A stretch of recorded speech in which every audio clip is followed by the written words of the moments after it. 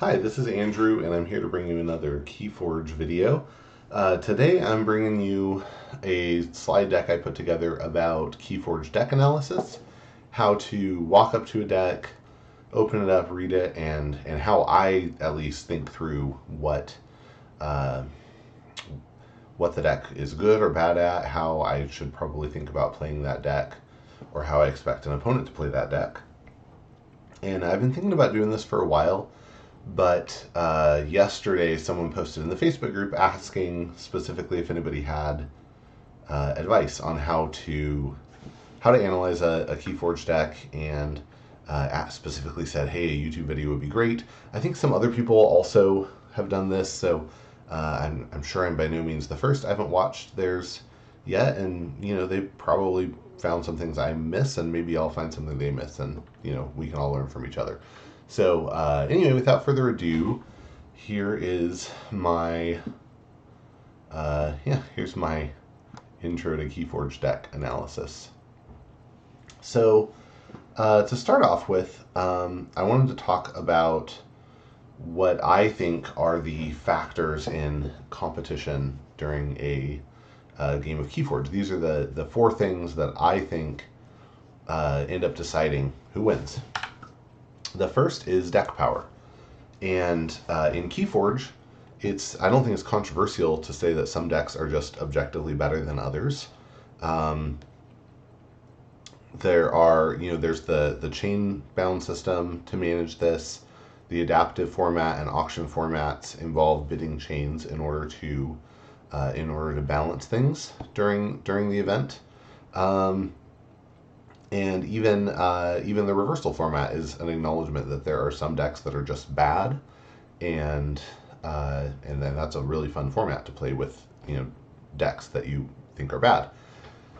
So the idea that some decks are better than others is just baked into the structure of KeyForge, and definitely when you sit down across from somebody, the relative power level of those decks is going to play a part in who wins.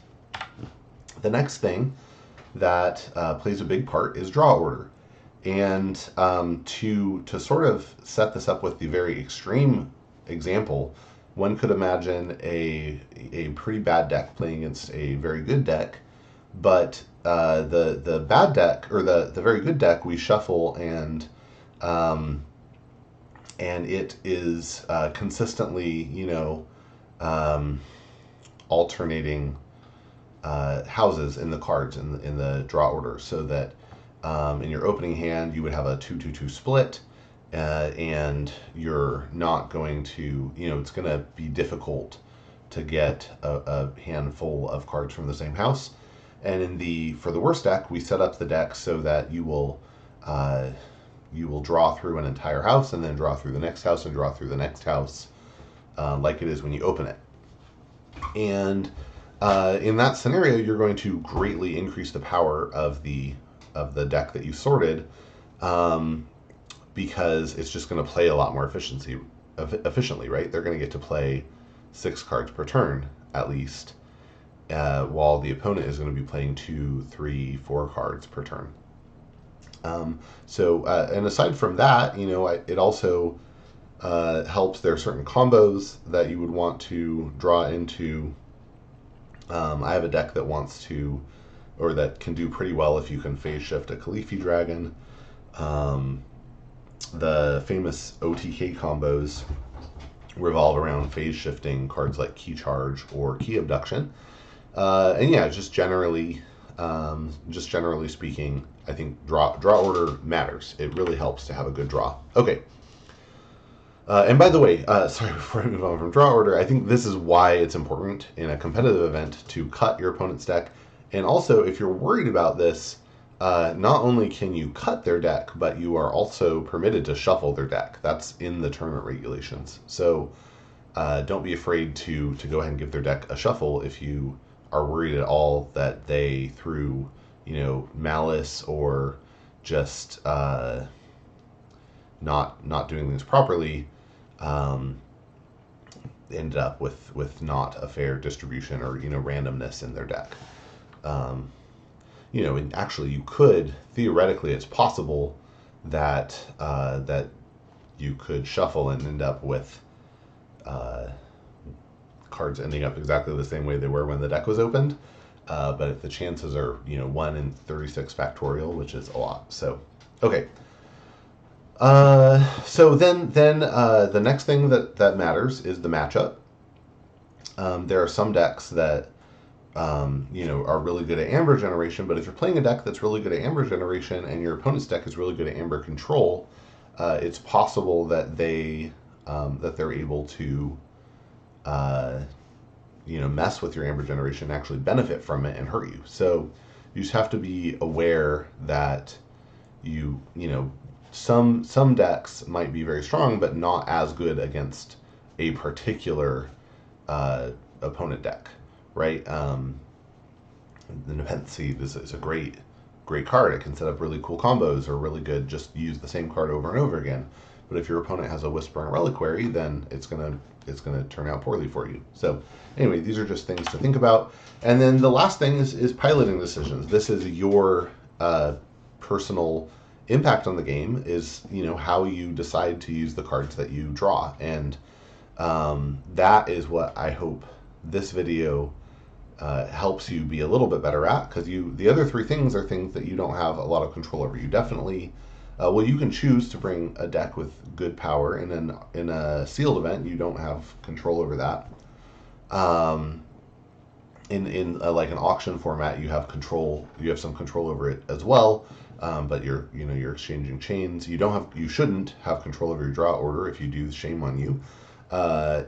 And you don't have a lot of control over your matchup either. So really what you have control over mostly is your piloting decisions. Certainly on a game-to-game basis, that's what you can control. So understanding your deck and what it's good at, understanding what you need to worry about in your opponent's deck, can help you make better decisions, and that's the point of this video. Okay, so I like to ask, what does this deck want to do? I think one of the important ways to get better at piloting is to find out what your deck is good at and help it do that, right? If you have a deck that does not have strong board control, but you're spending a lot of time trying to establish board control, that's probably not going to go great for you if what the deck is actually good at is card control or something like that. Like, you should try to focus on that. So it definitely, if you know what the deck is good at, then you can help that happen.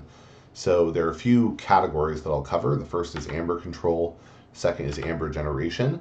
Then we'll go through board control and card control, and give examples for each of these. Oh, and then at the end, I want to talk about the difference between big play cards that have a big effect right away, versus cards that can have a big effect over time, and the idea of fast versus slow, which are things that help me think about how to play a deck. So, all right, so let's get started with Amber control. And the first form of Amber control I want to talk about is Steel. So when I open up a deck and I'm looking, okay, what do I think this deck is going to be good at? I like to see how much Steel does this have. Steel is a powerful effect because every time you steal, that's a 2 Amber swing, right? You've taken one from your opponent, you've added one to you. It's a good deal. And overall, when we think about Amber control, this part of the point of Amber control is preventing our opponents from getting keys forged. And so, I think I value generating my own Amber slightly higher than getting rid of my opponents, but they're pretty close. And if you can do both at the same time, that's pretty fantastic. So, yeah, stealing, that's one form of Amber control. The next form of Amber control is denial, and Brobnar has a lot of denial in it. But if I can just make my opponent lose their Amber, then this can keep them off of forging, allow me a chance to get ahead. And you might have a deck that has no steal but has a lot of denial along with Amber generation, and and that could be as good as having a lot of steal. as long as you have ways to be generating amber along the way, this can actually be a pretty powerful effect. The next form of amber control we'll talk about is capture, and capture is obviously worse than steal or denial because you don't get to keep it forever unless the game ends. They have a way to get the amber back, which is to kill your creatures. But sometimes this can give you, this can come out to a pretty good advantage for you. If you have cards that swing amber based on your opponent having a lot, capture can be a good way to build up a situation where they're having to keep generating amber, and then suddenly, because you attack with your creatures or something like that, suddenly they have a lot dumped on them, and you can take advantage of that. And also, this can just just slow them down. And if you do have good board control, then capture can be as good as denial because if they can't destroy your creatures and get the amber back, then it might as well have been destroyed.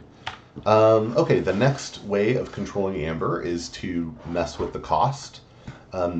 Here we have an example in Iron Obelisk of a card that increases the cost for your opponent. There are also cards that decrease the cost for you. Well, specifically, Titan Mechanic decreases the cost for you and your opponent.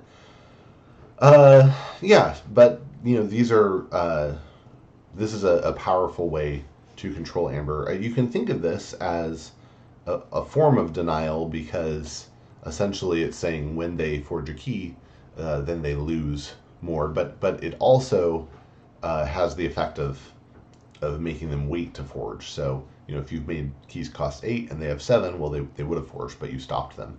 And so in that sense, it also fits in nicely with the next thing I want to talk about, which is delay. And capturing, changing the cost, these are both things that delay your opponent being able to forge. Miasma is another way to do this, and ultimately the idea here is just to keep your opponent from forging a key. Sometimes this comes down to it's as simple as it just slows them down a little bit, and that's it. Sometimes this can win the game for you if it's toward the end, you're racing to that third key and you're ready to go, and you can just make them wait a turn. And sometimes this can set you up for a really good too much to protect or bait and switch or something like that. And then the last form of amber control that I want to talk about is out of order forging. And there are only a few cards in the game that let you forge a key not during the start of your turn. Key Charge is one of them. Chota Hazri, Epic Quest, Key of Darkness, Key Abduction. Is that it? I think that's it. And there's not a lot of these, but the ability to forge a key outside of that window is really powerful in a number of ways. For one thing, if you're racing to that third key, this can help you just win, right? This can just close out the game, where if waiting one turn might have given your opponent the chance to forge and win, you just end it.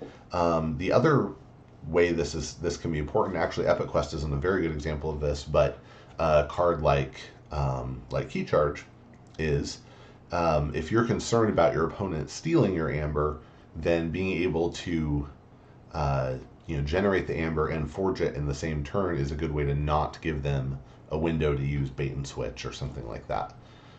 So yeah, it can be quite good. So that's all about controlling amber, right? We can steal it, we can deny it, we can capture it, we can change the cost, we can make our opponent delay, we can forge out of turn. And so one of the first things I look for in a deck is what does it do with amber? Does it have ways to mess with amber and give me an advantage on that front? The next category of things I look at is amber generation. And the most obvious form is cards that just print amber. So Virtuous works, you play it, it gives you 3 amber, that's all it does. Ghostly Hand prints 2, Dust Pixie picks 2, there prints 2, Fertility Chant even prints 4 and gives your opponent 2. But then there are a lot of actions and a couple creatures that just print 1 when you use them, and those are fantastic. You're gaining amber, you're getting a little work done, and these are just great. Being able to dump these out. So I look for cards that just have amber on them.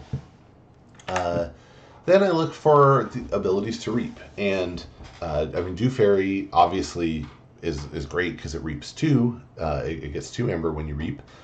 But generally speaking, if I can get into a situation where I can be reaping and also having other powerful effects occurring, like with, say, have a bunch of Ganymede Archivists on the table, some Ixalo Bolters, something like that, where I'm reaping and accomplishing other things, this can put me in a really good situation where I'm able to generate amber and have board control, or generate amber and have card control, stuff like that. So, and even if all you have is Brobnar, you have 6 Brobnar creatures on the table.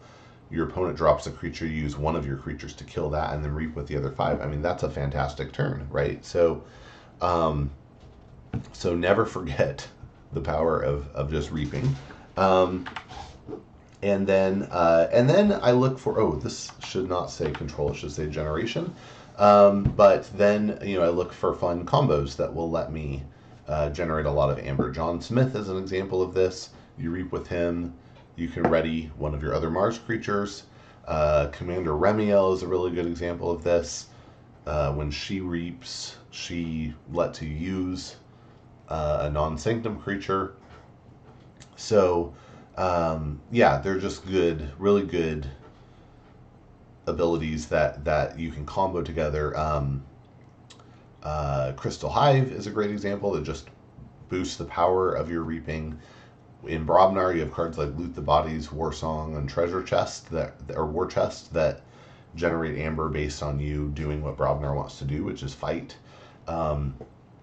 So I look for cards that are going to be able to do to generate a burst of a lot of amber, and then if okay, well, I have there's a War Song in this deck, then one of the things that you can try to work toward is ending up in a state where you have 3 Brobnar creatures that are on the table and ready at the start of the turn, where you have War Song in your hand, right?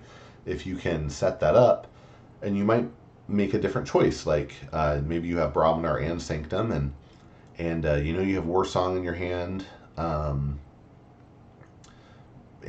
but you're taking a Sanctum turn, and you decide, okay, I'm not going to fight this creature because I want my Brobnar creatures to be able to fight it, or something like that. I'll reap with Sanctum this turn and wait till later. Maybe you have Logos and you phase shift out a Brobnar creature so that it will be ready to fight on a turn when you have War Song.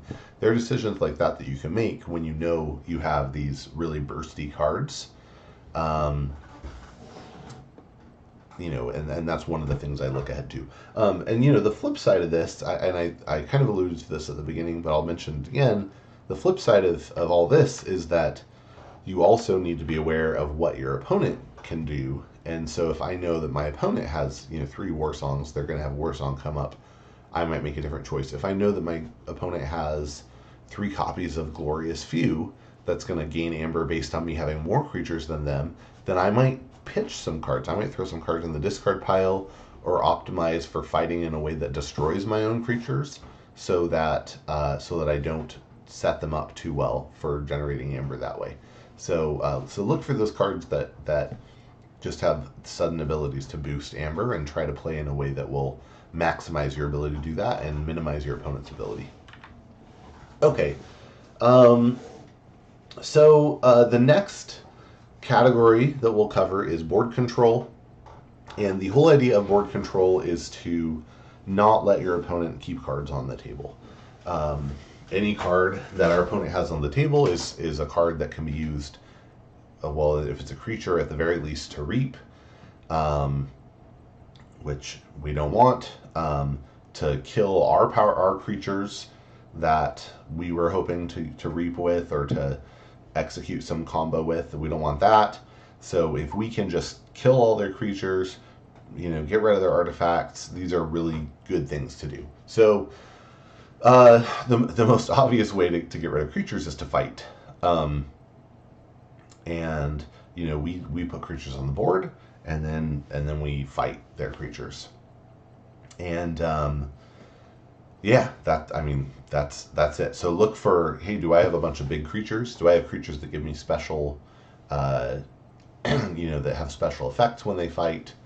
How can I set those up to be, useful? If you have a headhunter and you also know that you have a ring of invisibility, you might try to look for an opportunity to pair them, right? That would be super cool. Or a way of the wolf, whatever, something like that. Okay, the next thing in board control is the ability to ready, and actually, what I meant to kind of cover here is not only ready, but the ability to use creatures generally out of turn. But anything you can do to be able to fight with a creature twice in the same turn, fight with a creature and then reap with it. These are ways of building and then exploiting board control. Even Ganger Chieftain, if you have board control, then you drop him next to one of your other Brobnar creatures, and there's nothing to fight. Well, you can reap with it, right? So these effects that, and if they do have a creature that you need to fight, then you can put some damage on it or destroy it. So these abilities that ready and especially that let you use cards out of turn can be really powerful. Obviously, if we can just destroy enemy creatures, that's a great option. That's something we see in some factions. And if I look and I see, I have 3 copies of Hand of Dis, then I want to really pay attention to if my opponent has 3 creatures on the board, I might feel less urgent about it because I know if I draw a Hand of Dis, then I can just easily kill the center one, right? If my opponent has 4 creatures and I'm trying to decide which one to destroy, and I know that my next turn I will have or am likely to have a Hand of Dis, then I might choose to fight in such a way that the card I want to use Hand of Dis on is left in the center. So there are things like that you can do. If I know I have a Gateway to Dis coming up, or I'm able to maybe archive one, then I might choose, hey, this turn I was going to fight for board control, but I know I have a Gateway to Dis that I can use next turn, so I'm going to choose a different house where I can just drop a lot of actions that print amber and do cool effects, right? And then next turn I'm going to Gateway to Dis and just blow the whole thing up. These are things to think about. Okay, next we have direct damage, and I think direct damage is really powerful for a couple of reasons. The biggest reason is that it bypasses evasive and taunt. If you're dealing direct damage, you can take care of things that wouldn't be easy to take care of with fight effects or with fight ability, with just fighting. But it's also, a lot of them, not this one, for example, actually just hits everything, but a lot of direct damage cards, you can hit your opponent's card and there's no damage done to your card, to your own creatures, and that's really nice. So I'm always really excited when I see direct damage, and sometimes I might have a deck that, like, having 3 poison waves might be as good as having a Gateway to Dis, but actually better because you're going to print 3 amber and not get 3 chains, and it works out a little nicer. So I look for ways to deal that direct damage. I look for ways to stun and exhaust. There's a deck I have that can get a combo where it has a Witch of the Eye, a Nocturnal Maneuvers, and a Big Twig. And if you end up with the Witch of the Eye and the Big Twig on the table and the Nocturnal Maneuvers in the bin, you can just every turn reap with the Witch of the Eye, return the Nocturnal Maneuvers to your hand, play it, gain a 2nd amber, exhaust 3 enemy creatures, reap with the Big Twig, stun and exhaust an enemy creature. You gained 3 amber at that point, and then whatever other cards you can play from your hand, and your opponent can have 4 creatures on the board, and you just constantly exhaust them, and they can't do anything. You know, and it can give you a few turns of just building an incredible advantage. So, you know, I think stun maybe is underrated. I don't think people appreciate stunning as much as they should. Maybe it's a really powerful effect, and even exhausting creatures can be a really powerful way to take them out of play without actually removing them from the board, but you've made them not relevant. Yeah, then we have taunt, and this is something I look for, especially if I open up a deck and I see that I have maybe I have some creatures with really strong effects that don't have high power, and there are a lot of creatures that match that description. Then I might look and see, okay, well, do I have anything with taunt? Because if I have, or Shadow Self would be sort of like taunt, you know, and I think, okay, I want to, if possible, try to maneuver my board state so that I can have this creature that I really want to keep alive next to something with taunt. If I know my opponent has some creatures with taunt that might be a problem for me, then maybe I decide to archive that Hand of Disc so that later on I can kill something, you know, either the thing with taunt or just bypass the taunt. Then this is sort of the last form of creature control here.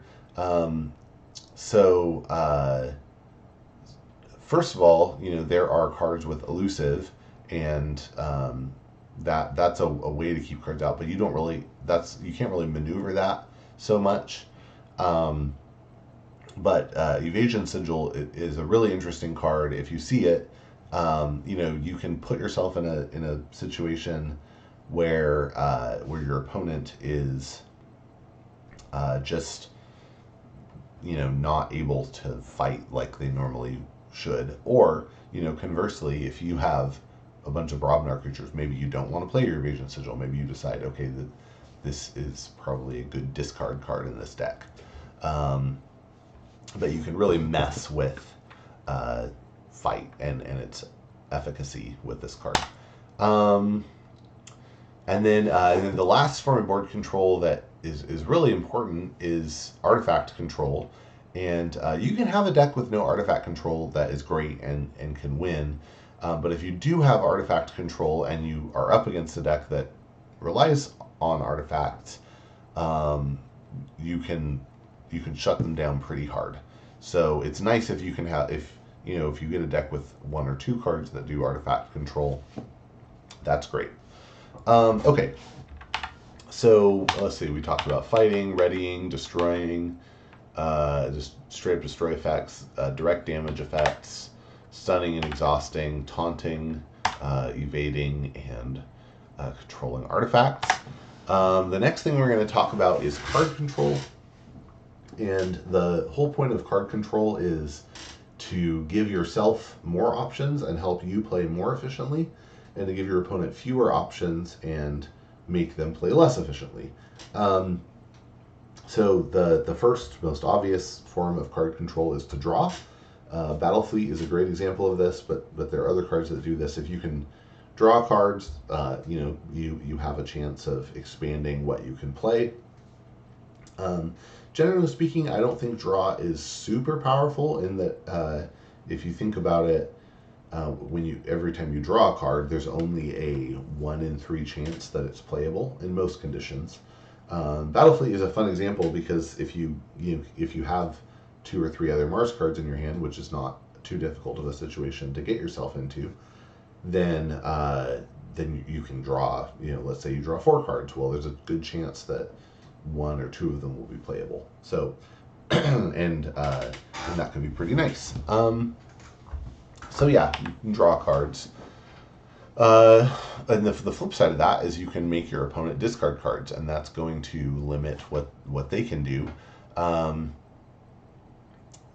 ended up in a game, the last tournament I played at, where my opponent had a succubus on the table, but also 3 toxins, and so my hand size was already reduced to 5, and he could make me discard 3 cards every turn. Well, he had no reason to not. I mean, he had every reason to just pick dis every turn, right? That means minimum 3 amber. I think he had a pit demon too, so he could steal one from me, and it was really bad. So you know, if you can make your opponent discard cards, that's a fantastic effect. Then this actually I think is even more powerful in the long run, and that is just limiting hand size or increasing your own hand size. You know, I compare Mother to, say, Doc Bookton. Mother's going to give you 7 cards at the start of your turn, whereas Doc Bookton gives you that 7th card once you've already decided your active house. Well, it's better if you have the card earlier, right? So, so out of those 2 cards, I'd rather have Mother. You know, I'd probably rather have Succubus on the table than Toxin. Although with discard, it's a little more even because, well, it might even be better to make your opponent discard if you can, because with, you know, with Succubus, you're making them go through their deck slower, but with discard, you have a chance of, you know, hitting specific cards and making them go away. I think there's an equal chance that you end up helping your opponent with it, but anyway, but it can be quite good. In any case, yeah, if you can manipulate hand size in your favor, that's always great. Possibly even better is archiving. Why better? Because if you can archive in a way, you know, if you can archive efficiently, you set yourself up to have turns where you're able to play 8 or 9 cards, as well as, you know, keeping your draw high, you know, up until that point. Not to mention the fact that if you have cards that are really good at certain points of the game but not others, you can save them for those points in the game. So so I always look, you know, does this deck have a lot of archive? The next thing that actually I'm going to hit these in the opposite order. The next thing you can look for is recursion. Recursion means the ability to pull things out of your discard pile. There are a few cards that do this in Untamed. Arise is a notable example that does this in Dis. But the whole idea here is that we have an effect that lets us pick a card out of our discard pile. This is pretty powerful, not just because it's effectively drawing you a card, but because you have so much control over what card you get. And it also means that if you have a card that is powerful, you can just keep playing it over and over again, and it's really strong. So if you have these types of abilities, I think it's fantastic. You should try to optimize your play so that you get to use them. Conversely, if you have purge abilities and can get rid of your opponent's cards so they can't recur them, that's fantastic. You know, Annihilation Ritual, of course, gets your own too, so there's that. But if you can, you know, if you know that your opponent has some ability to recur their cards and you can get rid of them, then that's a really strong ability. And then the last thing I'll cover in terms of card control is the concept of restrictions. Dis has a bunch of these. Logos actually surprisingly has a few of these.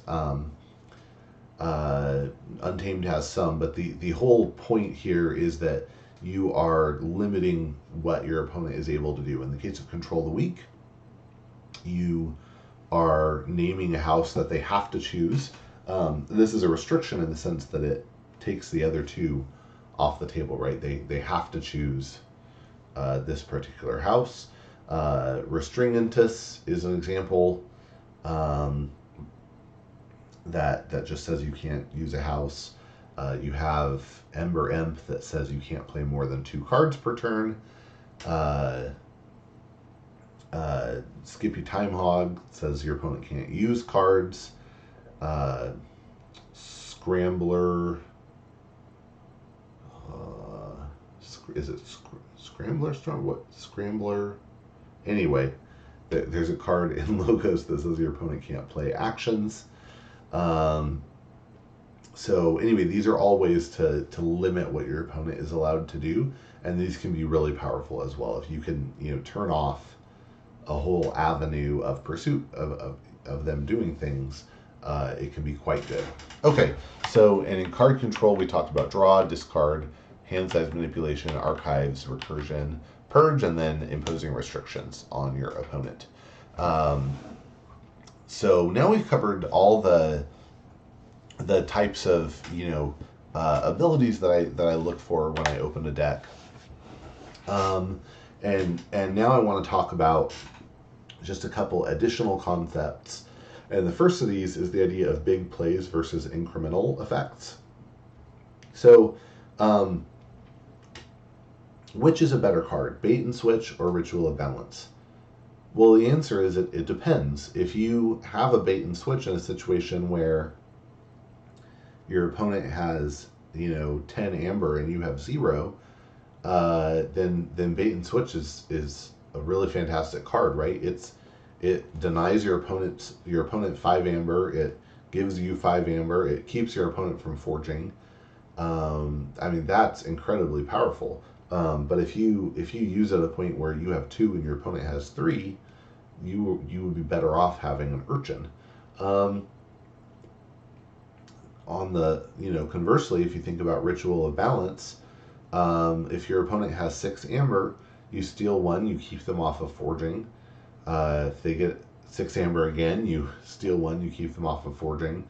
You have the potential to be able to use this many times and actually get more value out of it than bait and switch in the long run. Which would I rather draw at the beginning of the game? Probably Ritual of Balance. Which would I rather draw at the end of the game? Probably bait and switch. So it depends. There's pros and cons, but I think bait and switch is probably the more winning card out of the two. But they're actually both powerful in different circumstances. Another example of this idea of a big play versus incremental effects, which is better, Follow the Leader or Gauntlet of Command? Well, again, it depends on the situation you find yourself in. If you can get a Gauntlet of Command on the table early and use it, 6, 7, 8 times over the course of a game, that's really powerful. If you get it late and it doesn't do much, not so good. If you get Follow the Leader in a situation where you're really fighting over board control and you have a variety of different houses on the table, it can just totally shift the game in your favor and let you really get your heel on your opponent's throat. So in a way that Gauntlet of Command couldn't suddenly do, right? It would take longer to get there. So which is better? Well, the answer is it depends on your situation, but it's good to look at cards and think about them in this way and look for, okay, here's a card that will really help me in a pinch moment versus this is a card that will help me over a long period of time to establish and gain and extend my lead. Okay, and then the next concept is it's actually not too dissimilar of a concept, but not quite the same. Is the idea of fast versus slow, and to describe what I mean by slow, I basically mean that there's a limitation in this game that happens for creatures and artifacts by default, which is that when they come onto the table, they're exhausted and you can't use them. And this just means that they don't really do you any good on the turn that you play them. That's not entirely true. I mean, if you drop a Blip on the table and your opponent fights and destroys it, well, I guess they could have reaped with that card, so probably you're slightly better off than if you hadn't played it, but you didn't get to use its effect. Whereas if you have a Blip on the table it can really accelerate your gameplay by letting you drop cards on the table already ready and use them right away, which number one means you're much likelier to be able to use them, but also just means you get some extra value there. Zorg is kind of another example. It's an example on the other extreme. Zorg is a really powerful card. He has literally a high power value. He also has a really powerful effect, but he enters play stunned, and so how often are you going to get to actually use Zorg to fight? Probably not that often, because your opponent has theoretically 2 turns to kill it before it would have at least 2 turns before it would be able to be used. So I think it's really good to think about this. Here's another example.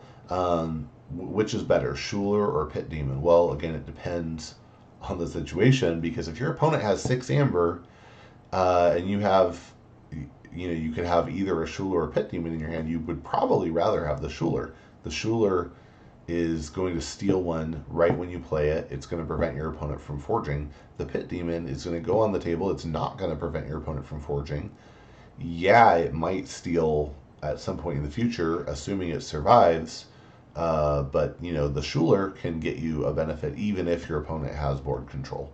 So, but on the other hand, if you have board control and you're able to get a Pit Demon on the table before your opponent is in danger of forging, then it's probably the better card, right? So it depends on the situation, and it's good to think about things in that way and recognize that some cards are just better for different situations.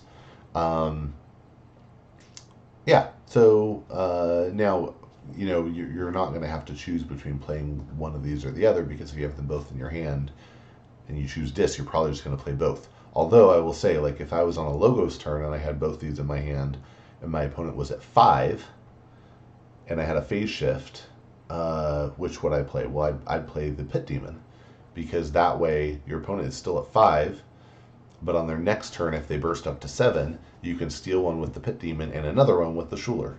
So it can that can help you decide how to play. If you're in a moment where things aren't urgent, then you might want to play cards that are slower but have more powerful effects or reusable effects later, and the ones that have an immediate effect, you have less urgency to play them unless you're in the situation where their effect applies. Yeah. So one last note about how I think about these. There are some rating systems out there, and they're quite interesting. They can tell you things. SAS, I think having a high SAS score is actually fairly predictive of a deck being pretty decent. Having a low SAS value is probably fairly predictive of some things. And if you go look, like Decks of KeyForge has this thing where cards are tagged and with things like Amber Control or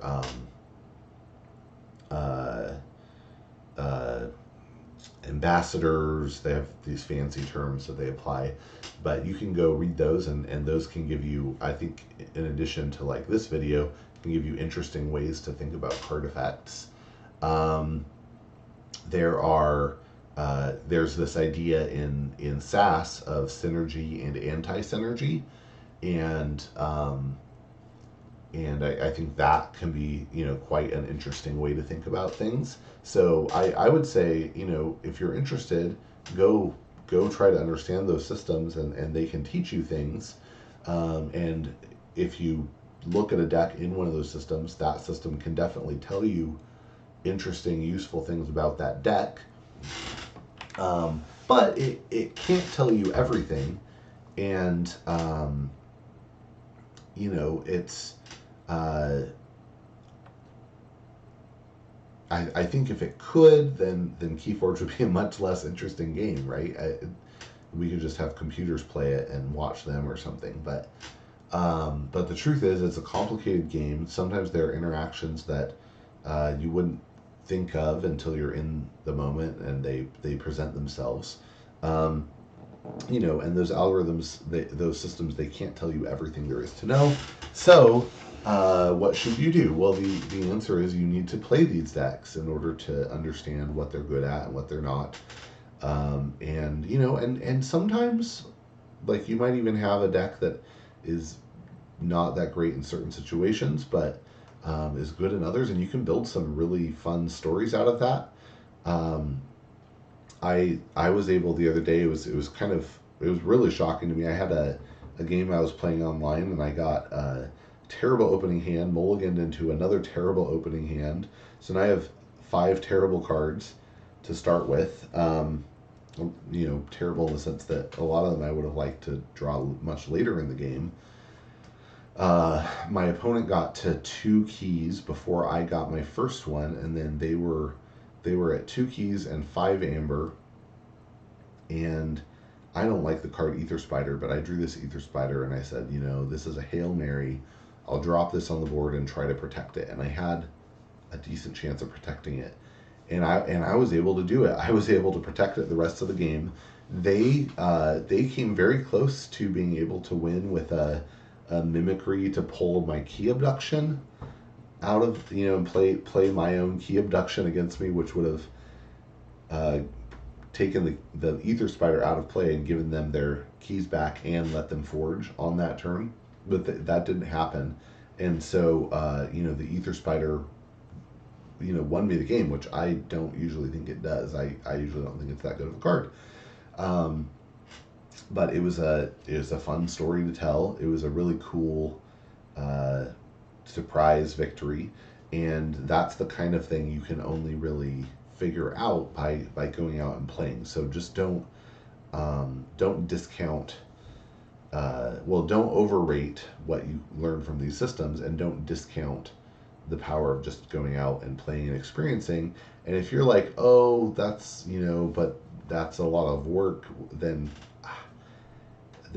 maybe maybe this game isn't for you, because if you're not enjoying playing KeyForge, then what are you doing?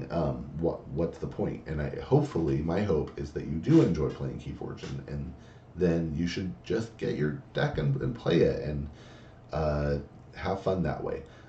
If you are, you know, you want more examples of this, and if you like the way I think, and you think, hey, I'd like to see this applied, then please go check out my, you know, browse through my other videos. I've done a lot of videos about doing analysis on decks that I've opened or that I've played with in person. And I've also been doing a set of videos, some of them with my brother-in-law, walking through you know, analyzing the whole set from Call of the Archons, and we'll do the same when Age of Ascension comes out. And we also have a few videos where we are playing games and talking about it as we play, and doing some post-mortem type stuff when we play with each other. So you know, so if you found this interesting and useful, then you might find some of those useful as well. If you want to see more as it happens, as I publish it, then please, you know, feel free to subscribe to the channel. And if you liked the video, then there is a way to express that. You can hit the like button, and I would appreciate that, but no pressure. And anyway, that's that. I do hope that if nothing else, this video gets you inspired to go out and forge some more keys. And with that, have a good night.